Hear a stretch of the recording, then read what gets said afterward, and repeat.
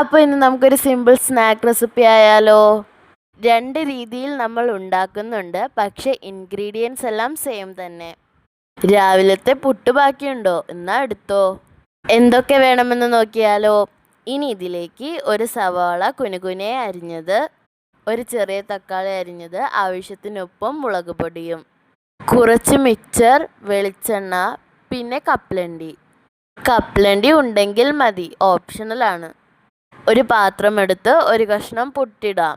പുട്ട് നന്നായി പൊടിച്ചു കൊടുക്കുക. അതിലേക്ക് നമ്മൾ നേരത്തെ എടുത്തു വെച്ചിരിക്കുന്ന മിക്സർ ഇട്ട് കൊടുക്കാം. ശേഷം നന്നായി മിക്സ് ചെയ്യുക. നിങ്ങൾ ഇങ്ങനെ ഉണ്ടാക്കാറുണ്ടോ? ഉണ്ടെങ്കിൽ കമൻറ്റ് ചെയ്യണേ. ഇതിലെ മെയിൻ ഇൻഗ്രീഡിയൻറ്റ് പുട്ടാണേ.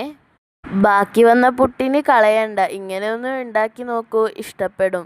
ഇനി ഇതിലേക്ക് അല്പം ഉപ്പിട്ട് കൊടുക്കാം. ഉപ്പിട്ട് കൊടുക്കുമ്പോൾ ശ്രദ്ധിക്കണേ, മിക്സറിലും പുട്ടിലും ഉപ്പുണ്ടാകും. കുറച്ച് മാത്രം സവോള ചേർത്ത് കൊടുക്കുക. നന്നായി മിക്സ് ചെയ്യുക.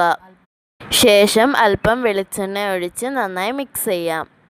ഇനി മാറ്റി വയ്ക്കാം. ആദ്യത്തെ റെസിപ്പി ഇവിടെ റെഡി ആയിട്ടുണ്ട്. ഇനി രണ്ടാമത്തേതാണ് ഉണ്ടാക്കാൻ പോകുന്നത്.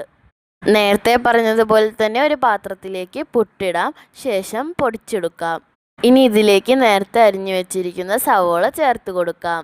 ഒപ്പം അരിഞ്ഞു വെച്ചിരിക്കുന്ന തക്കാളി, നമ്മൾ നേരത്തെ എടുത്തു വെച്ചിരിക്കുന്ന കപ്പലണ്ടി, ആവശ്യത്തിനനുസരിച്ച് മുളക് പൊടിയും.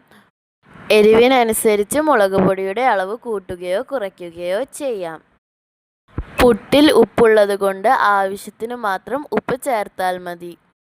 ഇനി നമുക്ക് മിക്സ് ചെയ്യാം. ഞാൻ വെളിച്ചെണ്ണ എടുക്കാൻ പോയപ്പോൾ എൻ്റെ അമ്മ എന്നെ തടഞ്ഞതാണ് കേട്ടോ കണ്ടത്. ഇനി ആരും ബാക്കി വരുന്ന പുട്ടൊന്നും കളയണ്ട, ഇങ്ങനെ ഉണ്ടാക്കി നോക്കൂ. വേഗം ഒരു സ്നാക്സും കിട്ടും, വിശപ്പും അടക്കാം. നന്നായി മിക്സ് ചെയ്തതിന് ശേഷം അതിലേക്ക് വെളിച്ചെണ്ണ ഒഴിച്ചു കൊടുക്കാം. വെളിച്ചെണ്ണ ഒഴിച്ചു കൊടുത്തതിന് ശേഷം നന്നായി മിക്സ് ചെയ്താൽ നമ്മുടെ രണ്ടാമത്തെ ഡിഷും അല്ലെങ്കിൽ റെസിപ്പിയും ഇവിടെ റെഡി ആയിട്ടുണ്ട്. അപ്പം മറക്കില്ലല്ലോ അല്ലേ ഞങ്ങളുടെ ചാനൽ ഇഷ്ടപ്പെട്ടാൽ ലൈക്കും ഷെയറും സബ്സ്ക്രൈബും ചെയ്യാൻ. ഈ രണ്ട് ഡിഷും ഉണ്ടാക്കി നോക്കിയിട്ട് ഇതിൽ ഏതാണ് കൂടുതൽ ഇഷ്ടപ്പെട്ടതെന്ന് കമൻറ്റ് ചെയ്യാൻ മറക്കല്ലേ. അപ്പോൾ ഇതൊരു ഈസി ആൻഡ് സിമ്പിൾ റെസിപ്പി അല്ലേ, ഇതിനൊപ്പം ടേസ്റ്റും ഉണ്ട്.